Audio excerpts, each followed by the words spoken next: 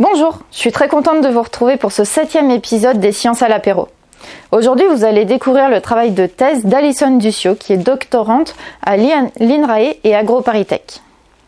J'ai une copine qui a arrêté de manger de la viande. Elle appréciait la viande, la bonne entrecôte grillée et saignante à cœur, et le foie gras. Mais elle a arrêté. Et vous savez quoi ? Depuis, elle a le teint blême, les muqueuses blanches, essoufflée après avoir monté l'escalier.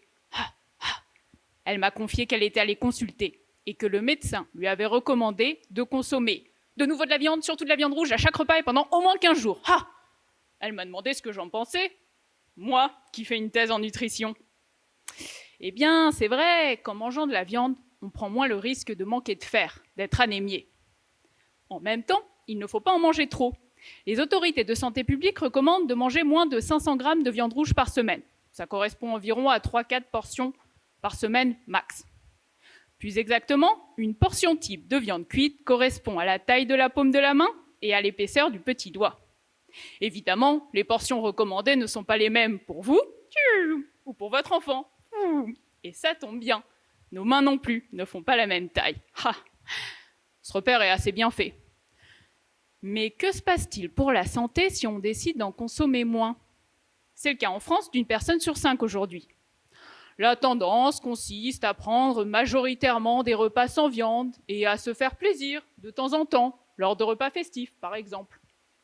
C'est ce que l'on appelle la tendance flexitarienne.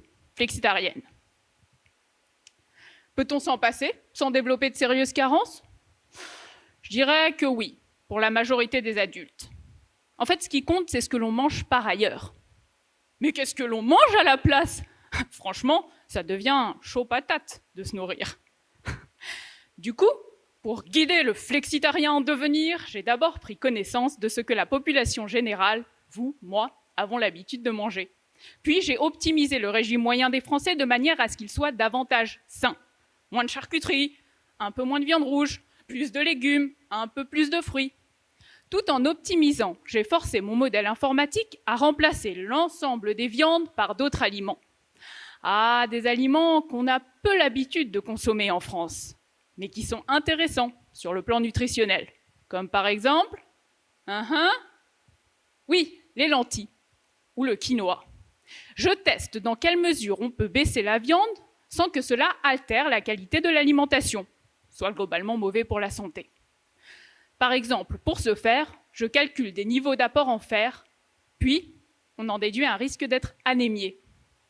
L'objectif à terme est de réussir à personnaliser l'approche, de manière à pouvoir recommander plus ou moins de viande en fonction de l'individu, de ce qu'il est et de ce qu'il mange.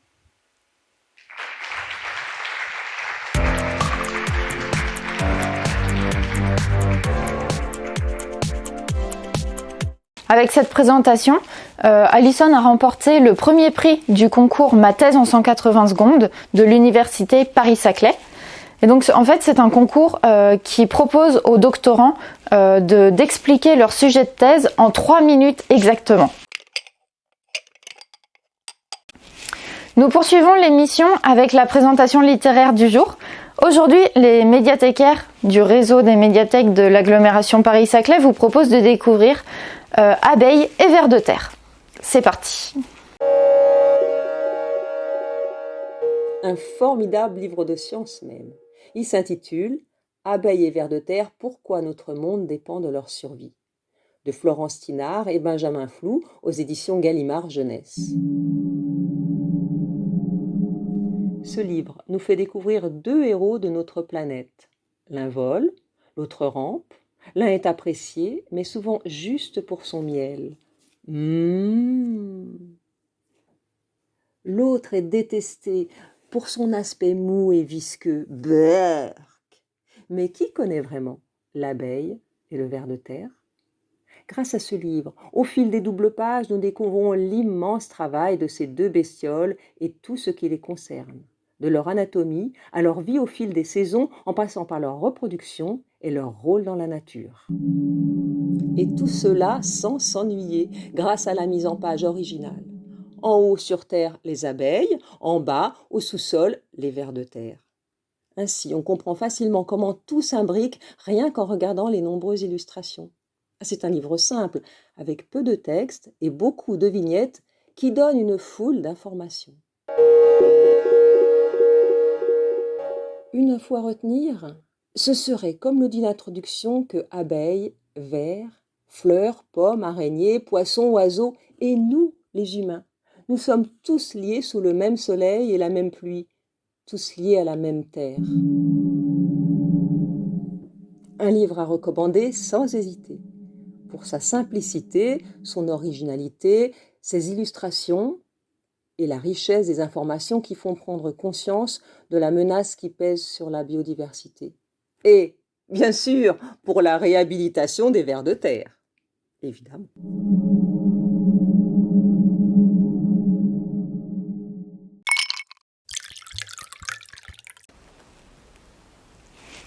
Et maintenant, c'est l'heure de la petite expérience et on vous propose de fabriquer du plastique avec du lait. Allez-y, en cuisine! Aujourd'hui, on va faire un peu de chimie. On va faire du plastique avec du lait. Pour cette expérience, il te faut donc du lait. J'ai choisi plutôt du lait entier. Il te faudra un entonnoir et un grand pot. Il te faudra du vinaigre, du papier essuie-tout un petit peu et un filtre à café. Donc, pour commencer, je vais faire chauffer mon lait. Donc, je vais prendre un demi-litre à peu près.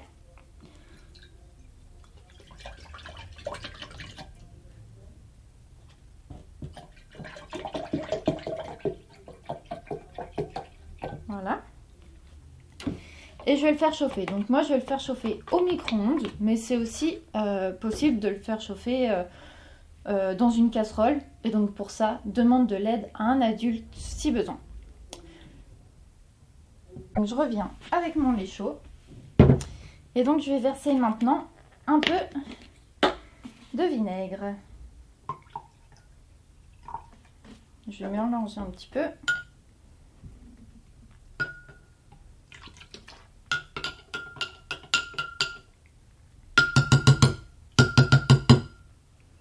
Voilà, et donc là, on a quelque chose d'assez rapide. Hein.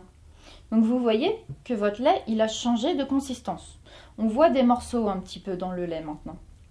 Alors ce qui se passe, c'est la caséine, donc c'est un composant du lait qui a précipité. Précipité, c'est-à-dire qu'il s'est isolé, il ne se mélange plus avec le reste du lait et il forme quelque chose de plutôt solide. D'accord ? Et donc la caséine, ce qui est bien, c'est que c'est un composant du lait qui fait des grandes chaînes, donc une molécule qui fait des grandes chaînes. Et ça tombe bien parce que dans le plastique, on a aussi des molécules qui font des grandes chaînes. Donc maintenant, on va pouvoir filtrer notre mélange. Donc pour ça, je prends une petite bouteille, un entonnoir, et un filtre à café. Et c'est maintenant qu'il va falloir faire preuve de patience.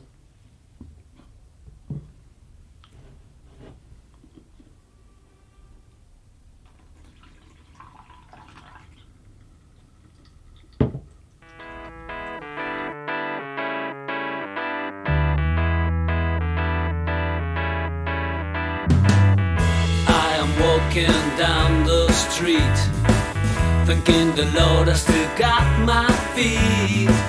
There's so much pain and crying all around me,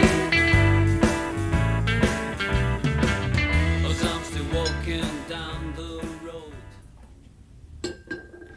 Donc une fois que la filtration a terminé, je vais récupérer donc la pâte que j'obtiens dans mon filtre et je vais la déposer sur du papier essuie-tout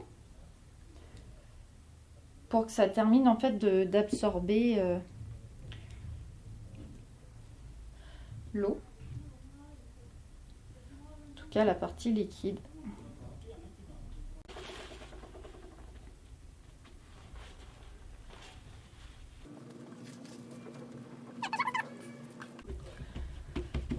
Et donc vous obtenez une pâte qui ressemble un peu à de la pâte à modeler, alors peut-être un peu moins solide, mais en fait ça va être la base de votre plastique.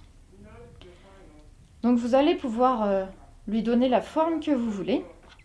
Si vous avez des emporte-pièces, n'hésitez pas à en utiliser. Et donc ensuite, une fois que vous lui avez donné la forme que vous souhaitez, deuxième épreuve de patience, vous allez devoir laisser sécher pour que ça durcisse et pour qu'ensuite vous puissiez manipuler tranquillement votre objet.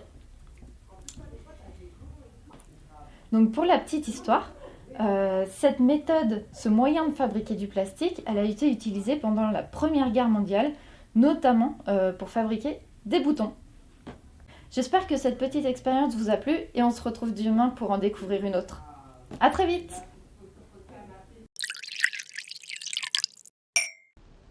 J'espère que cet épisode vous a plu et qu'on se retrouvera demain. En attendant, je vous souhaite une bonne après-midi.